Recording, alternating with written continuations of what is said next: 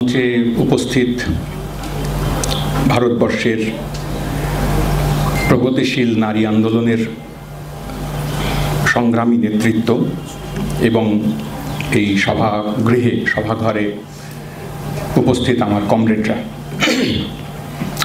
আপনাদের সবাইকে আমি প্রথমে ধন্যবাদ এবং কৃতজ্ঞতা জানাই যে এইরকম একটা খুবই তাৎপর্যপূর্ণ অনুষ্ঠানে আজকে কমরেড সুভাষিনী আলীর উপস্থিতিতে আপনাদের সঙ্গে একটি কথাবার্তা ভাগ করে নেওয়ার সুযোগ আপনারা আমাকে দিয়েছেন। আজকের দিনটি আপনারা যেমন শুনেছেন, কমরেড লক্ষ্মী সাইগাল তাঁর প্রয়াণকে স্মরণ করে একটা বিষয় নিয়ে যেমন আলোচনা সভা হয় আপনাদের সংগঠনে, এবছর তার বিষয় স্থির হয়েছে সাম্রাজ্যবাদ বিরোধী আন্দোলন। আমাদের বর্তমান অংশগ্রহণ গোটা পৃথিবীর মানুষের সামনে কিভাবে সেই লড়াই মানুষের তা উপস্থিত হয়েছে সেই বিষয়ে কিছুটা আলাপচারিতা। আমি আপনাদের কাছে খুব বেশি সময় নেব না, এরপরে আমরা সবাই সাগ্রহে অপেক্ষা করছি কমরেড সুভাষিনী আলীর বক্তৃতা শোনার জন্যে। আমি খুব কম সময়ে 20-25-30 মিনিটের মধ্যে আমার এই সময়ে দাঁড়িয়ে যে কথাগুলো খানিকটা স্মরণ করা দরকার সাম্রাজ্যবাদ বিরোধী আন্দোলনের কর্মী এবং সৈনিক হিসেবে আমাদের, সেই বিষয়ে আমার যেটুকু বোঝাপড়া আপনাদের সামনে উপস্থিত করার হাজির করার চেষ্টা করছি। সাম্রাজ্যবাদ নিয়ে তো কথাবার্তা আমরা যে কোনো বামপন্থী চিন্তাভাবনার দ্বারা উদ্বুদ্ধ, প্রগতিশীল চিন্তায় উদ্বুদ্ধ সংগঠন তা সবসময় করেন। ছাত্ররা করেন, যুব আন্দোলনের কর্মী যারা তারা করেন, মহিলা আন্দোলন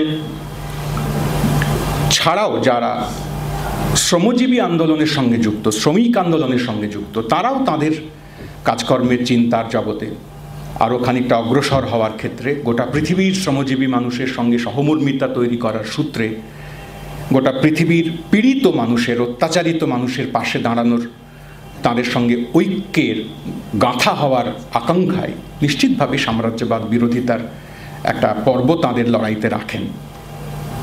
বামপন্থী আন্দোলন তার সম্পূর্ণ বুনট এটা কখনো হবেই না, ঘটবেই না যদি সাম্রাজ্যবাদ বিরোধিতার প্রশ্নটিকে আমাদের চিন্তাভাবনার সঙ্গে, আমাদের সামগ্রিক বক্তব্যের সঙ্গে আমরা জুড়ে নিতে না পারি।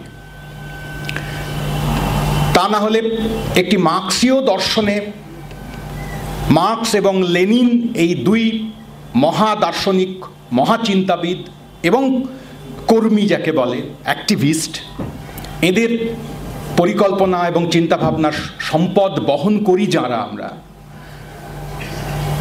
তারা এই সাম্রাজ্যবাদের প্রশ্নটিকে বাদ দিয়ে কার্যত এক পাও চলতে পারা সম্ভব নয়, তার বিরোধিতায় যদি নিজেকে আমরা যুক্ত করতে না পারি।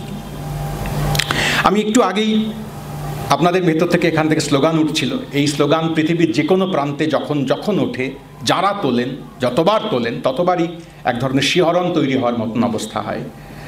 যখন স্লোগান ওঠে কখনো যে সমানাধিকারের দাবিতে যে কোনো মানুষ, সে নারী আন্দোলন হতে পারে, ছাত্রদের আন্দোলন হতে পারে, দলিত মুভমেন্টের কোনো প্রশ্ন তা হতে পারে,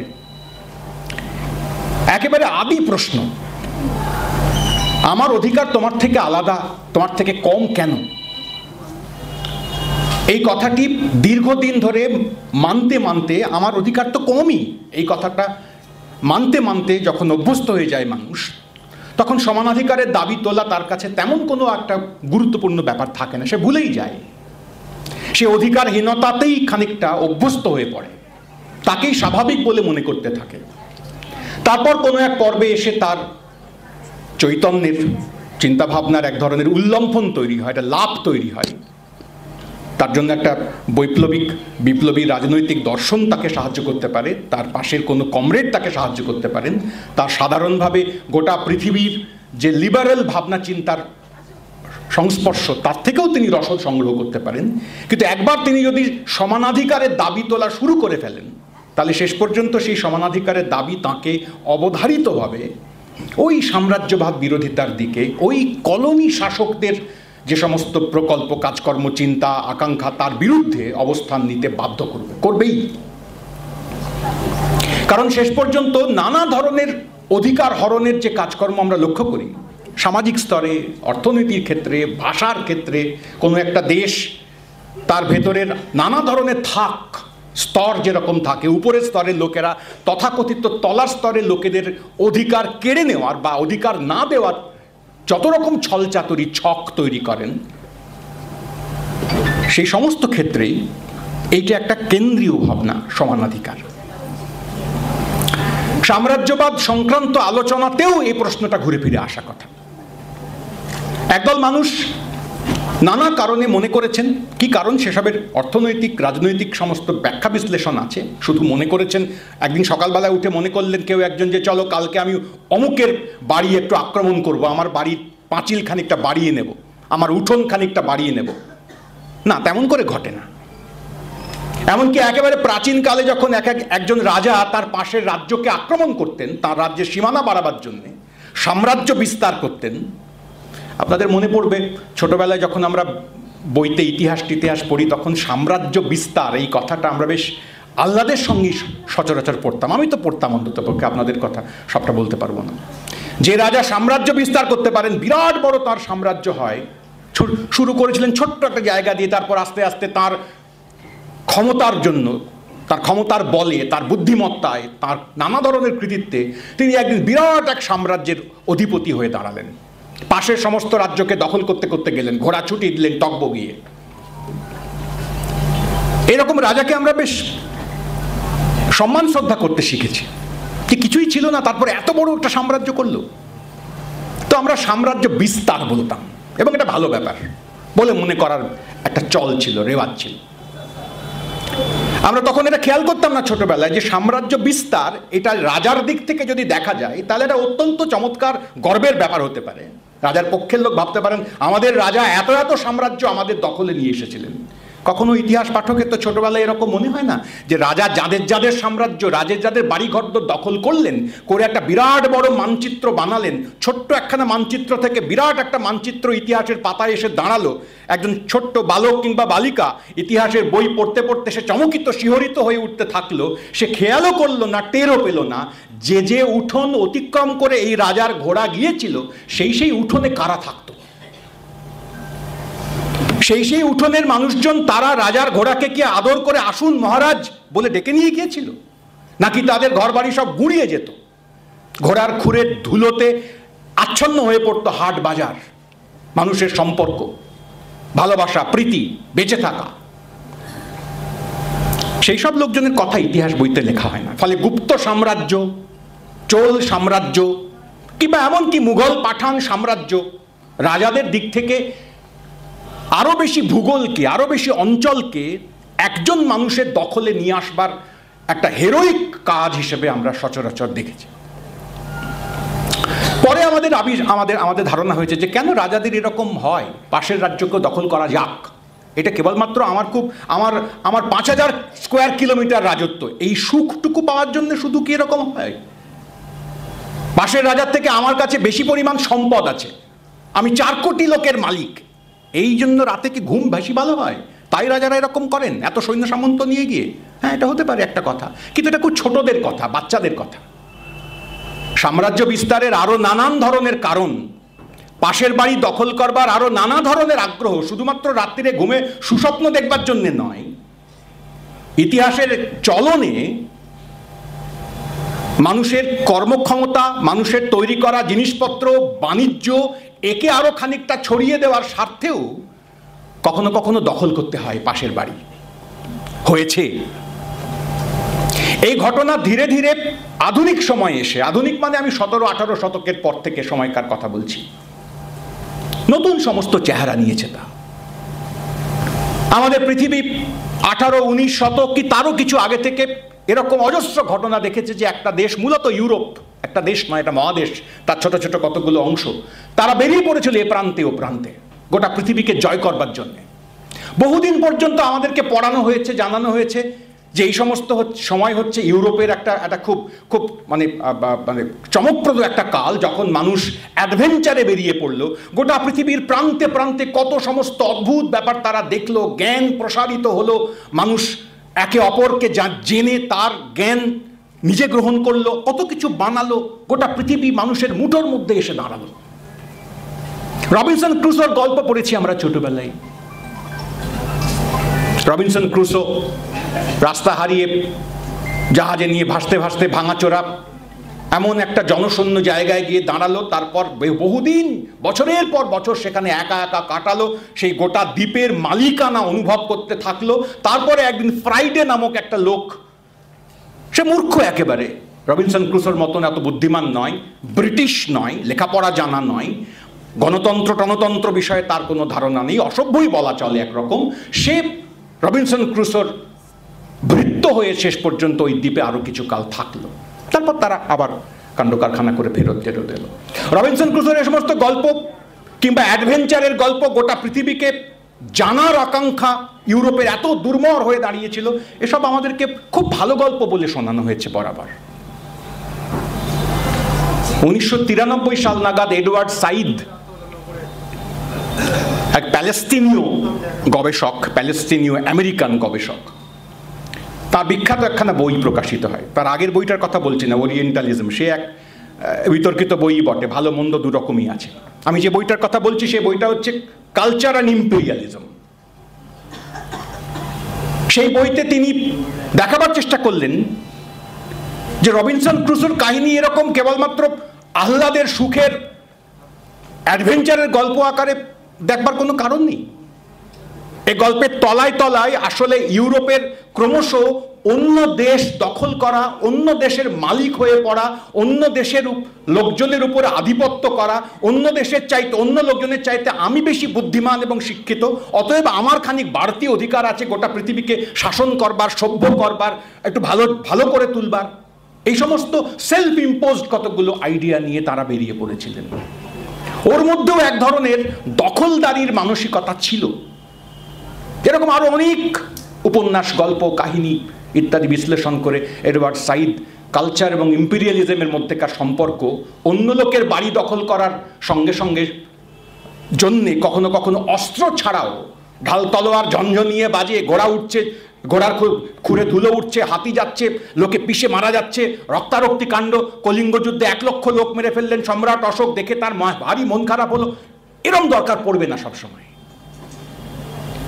আমরা দেখেও তো চিতাই 19-20 শতকে দুখানা বড় বড় বিশ্বযুদ্ধ, তার আগের 150-200 বছর ধরে পৃথিবীর নানা প্রান্তে ছোটখাটো অল্প সামান্য 2-4টে দেশ, তাদের দখলদারিত্ব কখনো আফ্রিকায়, কখনো তথাকথিত মধ্যপ্রাচ্য বলে দীর্ঘদিন যাকে বলা হতো, সেই পশ্চিম এশিয়ায়, মধ্য এশিয়ায়, দক্ষিণ পূর্ব এশিয়ায়, ল্যাটিন আমেরিকায়, একটা জায়গা থেকে চারিদিকে গোটা পৃথিবীকে যেন ভাগবাটোয়ারা করে নেওয়ার কাণ্ড কারখানা হয়েছে। আপনাদের মনে পড়বে ছোটবেলায় যখন আমরা আফ্রিকা মহাদেশের মানচিত্র দেখতাম, গোটা পৃথিবীর মানচিত্র অন্যরকম। মানচিত্রে বিভিন্ন জায়গার, বিভিন্ন প্রদেশের, বিভিন্ন দেশের চেহারা কিরকম হয়, আঁকা বাঁকা এক একটা জায়গা। একটা দেশের সঙ্গে আরেকটা দেশের যে বর্ডার হয় তা একটু আঁকা বাঁকা হয়। আপনারা দেখবেন খেয়াল করে, আফ্রিকা মহাদেশের মানচিত্র যদি টেবিলের উপর রাখা হয়, কোনো আঁকা বাঁকা নেই, একবারে স্ট্রেট লাইন। কেন এরকম হয়েছে? তার একটা বড় কারণ হচ্ছে, অন্যতম বড় কারণ হচ্ছে, ওই দেশ যারা দখল করে নিয়েছিলেন, যারা ওই দেশের মালিক হয়ে প্রায় বসেছিলেন, যখন তাদেরকে শেষ পর্যন্ত গোটা পৃথিবীব্যাপী কলোনি বিরুদ্ধের যে যুদ্ধ মাথাচাড়া দিয়ে উঠলো, দারুণ তীব্র হয়ে উঠলো, যখন একে একে কলোনিগুলো থেকে সেটলারদেরকে চলে যেতে হলো, তখন কতকটা ওই মানচিত্রকে টেবিলের মধ্যে বসে স্কেল টেনে টেনে, এইটা তোকে দিলাম, এইটা তোর, এই দেশটার নাম এইটা, এখানে এরা থাকবে, এরকম মানচিত্র তৈরি করা হয়েছিল। এই দেশ ভেতর থেকে সবটা গড়ে ওঠেনি, অনেকখানি উপর থেকে চাপিয়ে কাঁচি দিয়ে কেটে এক একটা দেশ তৈরি করে দেওয়া হয়েছে। কারা করেছিলেন? মূলত তথাকথিত সভ্যতার আহ্লাদে, সুখে ছটফট করছেন, টকবক করছেন আমরাই সমস্ত হোয়াইট ম্যানস বার্ডেন যাকে বলা হয়েছে দীর্ঘকাল। এটা সাদা মানুষের, সাদা চামড়ার মানুষের তো একটুখানি ভার আছে না, বাকি পৃথিবীকে সভ্য করতে হবে, সুশিক্ষিত করতে হবে, তাই জন্য এসেছি আমরা, অন্য কোনো কারণে আসিনি, দখল করতে আসিনি, মোটেও আসিনি। সাম্রাজ্যবাদ কার্যত মধ্যযুগের, প্রাচীন যুগের রাজাদের মতন টেরিটরি দখল করে, ঘোড়া ছুটিয়ে দখল করার পরিবর্তে এইরকম একটা বয়ান আমাদের সামনে হাজির করা হয়েছে অনেক দিন। আমরা তোমাদের ভালো করতে চাই। কি বিপদ! ভালো করতে চাওয়া এই একটা ভারী বিপজ্জনক প্রকল্প। ছটফট করছি ভালো করতে যাওয়ার জন্য। যদি ভালো করতে না দিস তাহলে একেবারে কামান গুঁজে দেব, দিতেই হবে তোর ভালো করতে। সাম্রাজ্যবাদের এরকম একখানা পর্ব, একটা কাল গেছে। এত সমস্ত খুচরো খাচরা সাম্রাজ্যবাদ নিয়ে ছড়িয়ে ছিটিয়ে থাকা ব্যাপার স্যাপার আমাদের দেশে রবীন্দ্রনাথ ঠাকুর 1905 সালে একখানা প্রবন্ধ লিখেছিলেন ইম্পেরিয়ালিজম এই নামে। তখনও পর্যন্ত গোটা পৃথিবীতেই ইম্পেরিয়ালিজম নামে খুব বেশি চর্চা হয়েছে, নাম নিয়ে দার্শনিক সন্দর্ভ তৈরি হয়েছে তা নয়। তিনি তার মতো করে ইম্পেরিয়ালিজমের ভালো মন্দ, ভালো নয় মন্দই, মূলত তার দিকে দৃষ্টি আকর্ষণ করবার চেষ্টা করেছিলেন। আমাদের খেয়াল পড়বে ইম্পেরিয়ালিজম নিয়ে যখন রবীন্দ্রনাথ এই লেখালেখি করছেন তখনও পর্যন্ত তার সঙ্গে মার্কসের বা গোটা মার্কসীয় দৃষ্টিভঙ্গি রচনার প্রায় কোনো পরিবর্তন, প্রায় কোনো সম্পর্কই ঘটেনি, প্রায় কোনো পরিচয়ই ঘটেনি। আরো প্রায় 8 বছর পরে রোজা লুক্সেমবার্গ 1913 সালে একখানা সন্দর্ভ প্রস্তুত করবেন ইম্পেরিয়ালিজম সংক্রান্ত। এটা বলা যেতে পারে ট্রুলি মার্কসিস্ট একটা ডকুমেন্ট। সাম্রাজ্যবাদ কিভাবে কাজ করে, কেন সাম্রাজ্যবাদের সঙ্গে অর্থনীতির কি সম্পর্ক, ক্যাপিটাল, অ্যাকুমুলেশন অফ ক্যাপিটাল, এসবের সঙ্গে সাম্রাজ্যবাদের এই দেশ দখলের অনিবার্যতা কিভাবে জড়িত আছে, তাই নিয়ে তাত্ত্বিক সন্দর্ভ, যা সকলে গ্রহণ করেননি এক কথায় এক তর্কে। তাই নিয়ে তর্ক হয়েছে গোটা পৃথিবীর কমিউনিস্ট মহলে। লুক্সেমবার্গের এই থিসিস এবং ভাবনা ইম্পেরিয়ালিজম সংক্রান্ত বিষয়ে তা নিয়ে প্রচুর ডিবেট হয়েছে। অবশেষে লেনিন, লুক্সেমবার্গ, এদের তর্ক বিতর্ক, ভাবনা, থিসিস, কাউন্টার থিসিস, আলোচনা, এসবের মধ্যে দিয়ে আমরা ধীরে ধীরে লক্ষ্য করেছি, আবিষ্কার করেছি, জেনেছি, বুঝেছি, খানিকটা দাবি করতে পারি এখন যে ইম্পেরিয়ালিজম সেটা শুধুমাত্র রাজাদের খামখেয়ালের ব্যাপার নয়। ইচ্ছা হলো পাশের দেশ দখল করে আসি, একটু বেরিয়ে আসার মতো না, তেমন নয়। ক্যাপিটাল, পুঁজি, তার চলনের স্বাভাবিক ধরন অনিবার্যত এই বিশেষ একটি প্রবণতা আমাদেরকে উপহার দেয়। আমরা সবাই জানি ইম্পেরিয়ালিজমকে শেষ পর্যন্ত পুঁজিবাদেরই একটা সর্বোচ্চ স্তর বলে চিহ্নিত করতে উদ্যোগী হয়েছিলেন লেনিন। আমরা প্রায় আত্মবাক্যের মতোই মাঝে মাঝে সেগুলো কোট করি, এই লাইন বলে বেড়াই, হাইয়েস্ট স্টেজ অফ ক্যাপিটালিজম। কতটা বুঝি কতটা বুঝি না, কিন্তু লেনিন বলেছেন এরকম একটা কথা, আমরাও বলছি, এটা ভেবে একটু আহ্লাদ হয়, পুলক হয়। কিন্তু শেষ পর্যন্ত এইটা বোঝা দরকার যে ইম্পেরিয়ালিজম রাজা বাদশাদের মতো দেশ দখল করার প্রক্রিয়ার পরিবর্তে অনেক গোপনে সুরসুর করে রাত্রিরে মশারির মধ্যে মোবাইল ফোন মারফত, টেলিভিশন মারফত, গুগল মারফত বৃহত্তর একখানা লড়াইতে যুক্ত আছে। ফর্মাল এম্পায়ার এবং ইনফর্মাল এম্পায়ার। 2004 সালের একখানা খুব, ওই 1904 যে লেখাটার কথা বলছিলাম, ইম্পেরিয়ালিজম, রবীন্দ্রনাথ ঠাকুরের প্রবন্ধ, তাতে 100 বছর বাদে 2004-এ সোশ্যালিস্ট রেজিস্টার কাগজে খুবই নাম করা চমৎকার কাগজ, তাতে এজাজ আহমেদ, কমরেড এজাজ আহমেদ এখনকার ইম্পেরিয়ালিজম নাও এই নিয়ে একখানা প্রবন্ধ লেখেন, দীর্ঘ 20 পাতার প্রবন্ধ। তাতে ফর্মাল এম্পায়ার, ইনফর্মাল এম্পায়ার, সাধারণভাবে যাকে আমরা এম্পায়ার বলি, রাজত্ব, অটোমান এম্পায়ার যেরকম, মুঘল এম্পায়ার যেরকম, আর ইনফর্মাল এম্পায়ার যেরকম, ওরকম একটা কেন্দ্রে রাজা কোনো বা রাজবংশ বসে আছে, তার ছেলে তার ছেলে তার ছেলে রাজা হয়ে যাচ্ছে, এরম নয়। ইনফর্মাল, সে এম্পায়ার কিভাবে প্রসারিত হয়, তাও কিভাবে ইম্পেরিয়ালিজমের নতুন চেহারা আমাদের সামনে হাজির করে তোলে, এই নিয়ে বিস্তারিত আলাপ আলোচনা করেছিলেন। আপনাদের সময় সুযোগ হলে একবার পড়ে দেখতে পারেন। যদিও আজ থেকে প্রায় 30 বছর আগে লেখা সে প্রবন্ধ, মূলত ইরাক ইনভেশন তাকে কেন্দ্র করে মাথায় রেখে, সামনে রেখে করা সেই লেখা। তার থেকে 30 বছর বাদে আজকের পরিস্থিতি আরও খানিকটা অগ্রসর হয়ে গিয়েছে। আমরা সাম্রাজ্যবাদের আরও নতুন, আরও বিচিত্র, আরও নৃশংস চেহারার সামনে এসে দাঁড়িয়েছি। আমার সময় খুব বেশি নেই, আমি সাম্প্রতিক কালে 2-4টি ঘটনা এবং প্রসঙ্গের কথা বলে আমার আলোচনা শেষ করব। কমরেড সম্পাদক বলছিলেন একটু আগে কথা সূত্রে প্যালেস্টাইনের কথা। প্যালেস্টাইনের যে কাণ্ড কারখানা, তাকে কি আমি সাধারণভাবে মুসলমানদের সঙ্গে ইহুদিদের মধ্যেকার একটা লড়াই এই বলেই কেবল দেখব? নিশ্চয়ই তার একটা ভিত্তি আছে, কোনো সন্দেহ নেই। জুইশ পিপল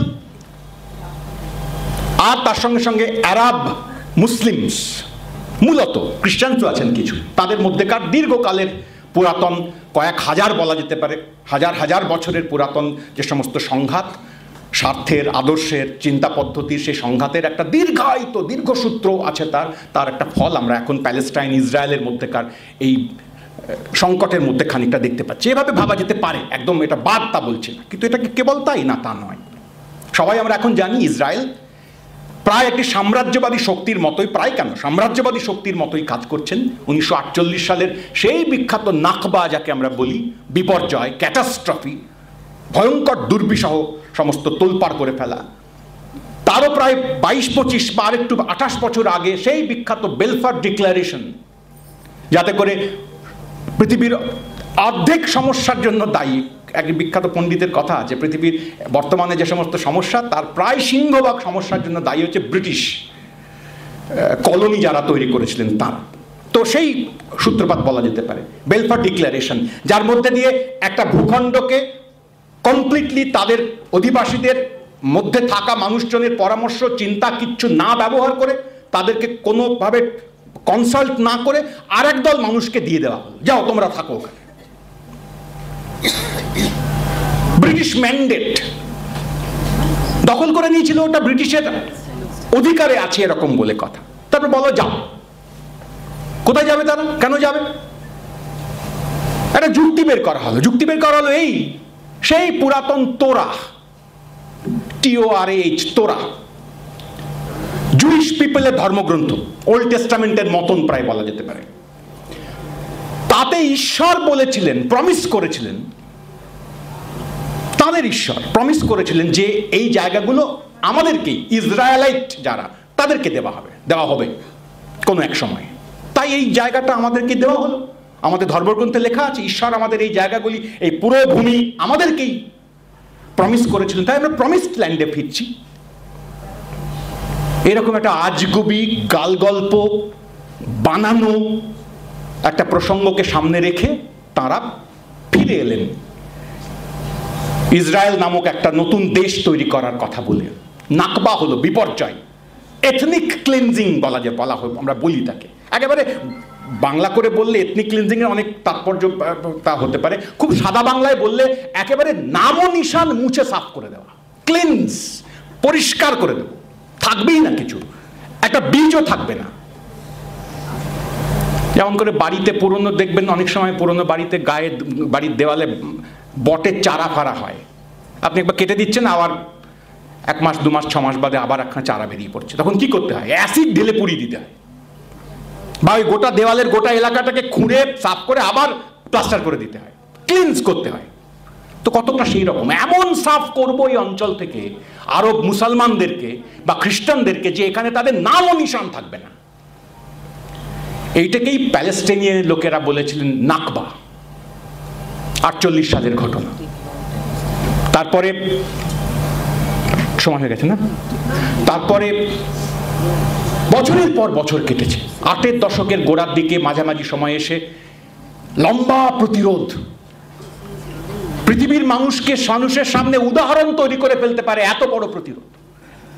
গোটা পৃথিবীর ইতিহাসে বলা যেতে পারে, ভাবা যেতে পারে যে এত দীর্ঘস্থায়ী স্বাধীনতার যুদ্ধ, এত দীর্ঘস্থায়ী সাম্রাজ্যবাদ বিরোধী লড়াই, প্রত্যক্ষ কলোনি এর আগেও হয়েছে, ভারতবর্ষ 200 বছরের কলোনি, তার থেকেও বেশি কম আরো আছে, সেরকম বলছি না, একেবারে প্রত্যক্ষ স্ট্রিটে রাস্তায় নেমে লড়ছি, পিছু হচ্ছি, দেশবাস ঘর সাফ হয়ে যাচ্ছে, তবুও ছাড়ছি না। এই লড়াই পৃথিবীর ইতিহাসে খুব বেশি আর নেই। সেই 20-25 সাল থেকে শুরু হয়েছে, 48-এ পরম বিপর্যয়, 87 সালে এসে ইন্তিফাদা, রেজিস্ট্যান্স, প্রতিরোধ, তারপর তো চলছেই। মাঝখানে এসে দাঁড়িয়েছে পেছনে মার্কিন যুক্তরাষ্ট্র, আমেরিকা যাকে আমরা বলি। আমেরিকা হচ্ছে পৃথিবীর সম্ভবত একমাত্র জায়গা, একমাত্র দেশ, মার্কিন যুক্তরাষ্ট্র, ইউনাইটেড স্টেটস অফ আমেরিকা, যা নিজেই আসলে সেটলার কলোনি তৈরি করেছিলেন, যারা তাদের দেশ, তাদের তৈরি করা দেশ। আমেরিকা নিজেদের অধিবাসীদেরকে হঠিয়ে, সাফ করে, মেরে, কখনো কখনো বিতাড়িত করে, বাইরের লোকেরা গিয়ে ওই দেশ তৈরি করেছিল। এই যে এখন দেখছেন না, ডোনাল্ড ট্রাম্পকে নিয়ে অভিবাসন সংক্রান্ত নানান প্রসঙ্গ যখন তুলছেন, তখন আমেরিকার ভেতর থেকে অনেক মানুষ কথা বলে ফেলছেন যে ট্রাম্প আসলে কে? সেও তো অভিবাসী, এসছিল 1-2 প্রজন্ম আগে, তার স্ত্রী এসছেন মাত্র কয়েক বছর আগে। তো গোটা দেশটাই অভিবাসীদের, সেটলারদের। ওদের আসল লোকগুলোকে তাড়িয়ে দিয়ে অন্য লোকেরা এসে, সাদা চামড়ার লোক এসে বলেছে আমাদের দেশে এটা থাকবো। এবার তারা আর এক দেশে গিয়ে বলবার চেষ্টা করছে। আমেরিকার ভেতরেও মাঝে মাঝে এরকম কথা উঠছে এখন, যে আমেরিকার চাইতেও সম্ভবত আমেরিকা এখন ইসরায়েলের স্বার্থ বেশি দেখে। ভেতরে ভেতরে আমেরিকাও ইসরায়েল পন্থীদের দ্বারা অধিকৃত হয়ে গিয়েছে কিনা, আমেরিকার সমস্ত সিদ্ধান্ত, তার অর্থনীতি, তার রাজা কে হবে, মানে নেতা কে হবে, তার রাজনীতি কোন পথে চলবে, তার বিদেশ নীতি কিরকম হবে, তার দেশের অর্থনীতির প্রসঙ্গ কিরকম হবে, এসব ঠিক করেন এখন ইসরায়েল লবি। আমেরিকার মাটিতে দাঁড়িয়ে যদি আমেরিকা মুর্দাবাদ কেউ বলে, তাহলে তার অ্যারেস্ট হয়তো নাও হতে পারে। সে আমেরিকার গণতন্ত্রের দেশ, স্ট্যাচু অফ লিবার্টি বলে একখানা মূর্তি ওখানে গড়ে রাখা আছে, দেশকে গালমন্দ করতে পারে। কিন্তু ইসরায়েল মুর্দাবাদ বললে তার জেল হবে। আমেরিকার মাটিতে দাঁড়িয়ে আপনি আমেরিকাকে গালমন্দ করতে পারেন, ইসরায়েলকে গালমন্দ করতে পারবেন না। সব জায়গায় নয়, বেশ কিছু প্রভিন্সে এরকম ঘটনা হয়ে আছে। তো সোজা কথায় আমেরিকা ইসরায়েলের পেছনে দাঁড়িয়ে শেষ অবধি প্যালেস্টাইনের এই যে বিরাট ভূখণ্ড, তাকে কমপ্লিটলি, পূর্ণাঙ্গভাবে দখল করবার কাজ ঘটিয়ে চলেছেন প্রতিনিয়ত, প্রতি মুহূর্তে। আমরা মাঝে মাঝে প্রত্যাশা করি, আচ্ছা আমেরিকার এই প্রেসিডেন্ট চলে গেলে বোধহয় যুদ্ধের বা আক্রমণের তীব্রতা একটু কমবে। এর আগে যিনি ছিলেন তিনি চলে যাওয়ার মুহূর্তে কেউ কেউ আশা করলেন এবার ট্রাম্প এলো, এবারেও কি ওরকম মারবে? না, আর বোধহয় মারবে না। তারপর দেখা গেল আরো বেড়ে গেল। তারপর ট্রাম্প বললেন আমরা গোটা প্যালেস্টাইনকে মুছে সাফ করে ওখানে একটা টুরিস্ট স্পট বানাবো, লোকে বেড়াতে যাবে, গিয়ে দেখবে আচ্ছা এইখানে এই একটা অলিভ গাছ, এই সেই অলিভ গাছ যেখানে প্যালেস্টাইনের লোকেরা বসে গল্প করত, দেখার জায়গা একখানা। এই সেই বন্দর যেখানে অমুক কালে অমুক হতো, এই সেই জায়গা যেখানে একসঙ্গে 500 লোককে দাঁড় করিয়ে গুলি করে মেরে ফেলেছিলাম, কি দর্শনীয়। এই সেই জায়গা যেখানে আমরা একটা খাবার দেওয়ার জন্য শিবির তৈরি করেছিলাম, এবং তারপর লাইন দিয়ে দাঁড়িয়ে সেই লোককে বলেছিলাম এসো এখানে খাবার দেওয়া হবে বিনা পয়সায়। তারপর যখন তারা লাইনে দাঁড়ালো, শিশু, মহিলা, বৃদ্ধ সমেত, কত সহজে, আমাকে তো ঘুরে ঘুরে বেড়াতে হলো না, বন্দুক নিয়ে খুঁজে খুঁজে মারতে হলো না, এক জায়গায় জড়ো করলাম, সবাই এলো, একসঙ্গে মেরে ফেললাম, কি চমৎকার। এই সেই জায়গা যেখানে একসঙ্গে এত কম সময়ে এত লোককে খুন করা গিয়েছিল। গোটা পৃথিবী দেখছে একরকম করে। একদল মানুষ সেটা বলবার চেষ্টা করে চলেছেন, আহা প্যালেস্টাইনের মানুষজন, 5 মিনিট আর, প্যালেস্টাইনের মানুষজন কি দুঃখে আছে, ঈশ্বর আল্লাহ তাদেরকে রক্ষা করুক, আল্লাহ নিশ্চয়ই তার পাশে দাঁড়াবেন। এই গোটা যুদ্ধটাই মুসলমানের যুদ্ধ, যেন খ্রিস্টানদের বিরুদ্ধে, মাফ করবেন, ইহুদিদের বিরুদ্ধে। এভাবে দাঁড় করাবার চেষ্টা করছেন একদল মানুষ প্রাণপণে, আরো দোয়া চাইছেন, আরো নামাজ পড়ছেন, আরো কোরআনের লাইন উদ্ধৃত করবার চেষ্টা করছেন যে আল্লাহ রহমত দেবেন, আল্লাহ জান্নাত দেবেন। তাদের প্রতি আমার কোনো ক্ষোভ রাগ আমি প্রকাশ করছি না। আমি শুধু এটুকু বলছি যে এটাই শুধুমাত্র নয়, গোটা পৃথিবীতে যে প্রান্তে প্রান্তে কিছু কিছু মানুষ এই চূড়ান্ত সাম্রাজ্যবাদী আগ্রাসন, এই চূড়ান্ত নতুন সেটলার কলোনি তৈরি হওয়ার কাজ, তার বিরোধিতা করছেন, রাস্তায় নেমে চিৎকার করছেন, ইউরোপিয়ান ইউনিয়নের মধ্যে দাঁড়িয়ে গিয়ে কখনো কখনো কথা বলছেন, যে মানুষজনেরা, তারা সবাই কিন্তু তেমন লোক নন, তারা সবাই ইসলাম ধর্মাবলম্বী নন, তারা মুসলমানদের সঙ্গে জুইশ পিপলের যুদ্ধ হচ্ছে এইভাবে এটা দেখেন না, তাদেরকেও লাগবে। ফানি আমেরিকার পপুলার লিবারেশনের যে ফ্রন্ট, পপুলার ফ্রন্ট আমেরিকার না, মাফ করবেন, প্যালেস্টাইনের, ওই 5-6 দশকের সেই ফ্রন্টের একজন নেতা, মার্কসিস্ট লেনিনিস্ট, বামপন্থী, 72 সালে আমেরিকা এবং ইসরায়েলের যৌথ আক্রমণে বেইরুট শহরে একটা গাড়ির মধ্যে তিনি এবং তার 17 বছরের ভাইজি একসঙ্গে খুন হয়ে যান। মিলিটেন্ট কথার এখন বাংলা করা হয় মাঝে মাঝে জঙ্গি বললেই সবাই ভয় পেয়ে যায়, সন্ত্রাসবাদীদের কথা বলা হচ্ছে না, সে অর্থে নয়, মিলিটেন্ট, র্যাডিক্যাল এই অর্থে। সে মিলিটেন্ট এক ধরনের লড়াকু সৈনিক গাসান কানাফানি কমরেড। তার ইন্টারভিউ আপনারা দেখতে পারেন চাইলে খুঁজে পেতে। 72 সালে মৃত্যুর 2-3 বছর আগে কানাফানিকে ইউরোপ আমেরিকার সাহেবরা বড় বড় টেলিভিশন ক্যামেরার সঙ্গে নিয়ে গিয়ে ইন্টারভিউ করছে, কেন মারপিট করছেন গাসান কানাফানি, যুদ্ধ তো খারাপ। কানাফানি বলছে হ্যাঁ যুদ্ধ তো খারাপ, তো কেন মারামারি করছেন, পিস টক হোক, শান্তির কথা বলুন। গাসান কানাফানি নাকবাতে যার পরিবার উজাড় হয়ে গিয়েছিল, পরে অন্য জায়গায় লেখাপড়া করেছেন, বিপ্লবী আদর্শে দীক্ষিত হয়েছেন, সেই ইন্টারভিউয়ার সম্ভবত বিবিসি বা এরকম কেউ একটা হবে, তার চোখের দিকে চোখ রেখে তিনি তখন বলেন কার সঙ্গে কার কথা, বলে কেন যারা যুদ্ধ করছে আর যারা যুদ্ধে মরছে তাদের। তখন কানাফানি প্রশ্ন করেন পাল্টা, আপনি বলছেন টক হবে, কথা হবে, সোর্ডের সঙ্গে নেকের, তলোয়ারের সঙ্গে গলার, তলোয়ার আর গলা পাশাপাশি দাঁড়িয়ে থেকে কথা বলবে, কি কথা বলবে তারা শান্তির? তাকে বলা হয় কোনো কিছু করলে কি যুদ্ধটা বন্ধ করা যায় না, এত মৃত্যু, এত কষ্ট, চিলড্রেন মারা যাচ্ছে।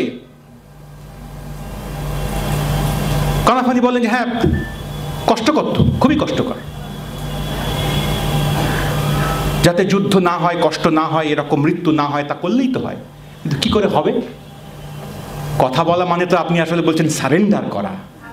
শান্তি কথা বলতে গেলে তো আসলে বলছেন যে গলাটা তলোয়ারের সামনে একটুও বাধা না দিয়ে, ছটফট না করে, একটুও তড়বড় না করে, একটুও চিৎকার না করে, এই নাও গলা দিলাম, এটা বলা, তাহলেই তো শান্তি, সবচেয়ে শান্তি। কোথাও কোনো মৃত্যু নেই। ইন্টারভিউয়ারে বলছেন কাম হোয়াট মে, যা হোক কিছু, কথা তো হবে, প্রান্ত বাঁচবে, কিছু প্রান্ত বেঁচে যাবে। তাতে একটা মারাত্মক উত্তর দিয়েছিলেন কানাফানি, এটা বলি আমি শেষ করব। সে উত্তর ছিল এই যে তাতে আপনার ভাল লাগতে পারে, it's peace for you but not for me. আমার দেশের মানুষজন শেষ বিজয় পর্যন্ত, বিজয় না হওয়া পর্যন্ত, মৃত্যু পর্যন্ত এই দখল, এই সাম্রাজ্য বিস্তার, এর প্রতিরোধ করব, যাতে করে এ কথা আমি বলতে পারি যে যতদিন পর্যন্ত সাম্রাজ্য আমার দিকে এগিয়ে আসছিল ততদিন আমি পিছু হটিনি, আমি এই পক্ষে দাঁড়িয়েছিলাম। এই খবরটি, এই তথ্যটি জেনে আমাকে মরতে হবে। আমি পিছু হটছিলাম, আমি আমার দেশ তুলে দিয়েছিলাম, আমি সেটলার কলোনি যারা তৈরি করেন তাদের হাতে নিজের ভূমিখণ্ড উপহার দিয়েছিলাম, এইটা জেনে আমি মরতে পারবো না। এভরিবডি উইল ডাই, কিন্তু মরার আগে আমি এটা জেনে চোখ বন্ধ করবো যে আমি দিয়েছিলাম, and I did not resist। না, এইটা জেনে আমি মরতে পারবো না, এটা আমার জন্য শান্তি নয়। সাম্রাজ্যবাদ বিরোধিতার অঙ্গীকার ফলত প্যালেস্টাইনের বাচ্চারাও, শিশুরাও সকলেই করবেন, শেষ লোকটা না মারা পর্যন্ত করবেন। প্যালেস্টাইনে যারা প্রতিরোধ আন্দোলন এখন করছেন তাদের সকলের সব কথার সঙ্গে আমি তো একমত নই, আপনারাও হয়তো কেউ কেউ নন, কিন্তু তাতে কিছু আসে যায় না আমার একমত হওয়া না হওয়াতে।